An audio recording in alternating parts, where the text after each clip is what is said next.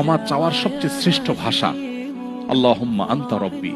কত মধুময়, কত অর্থবহ, কত ঈমান জাগানিয়া, কত আপনার ঈমানি স্বাদ জাগ্রত করার মতো একটা দোয়া। আল্লাহুম্মা আনতা রব্বি, আল্লাহ আপনি আমার রব, আপনি আমার পালনকর্তা।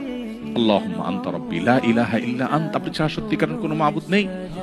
ওয়া আনা আবদুক ওয়া আনা আলা আহদিকা ওয়া ওয়া'দিকা মাসতাতা'তু, আমি আপনার গোলাম, আপনার সঙ্গে আমার ওয়াদা রক্ষা করার আমি চেষ্টা করি মাসতাতা'তু, যতটুকু সম্ভব হয়।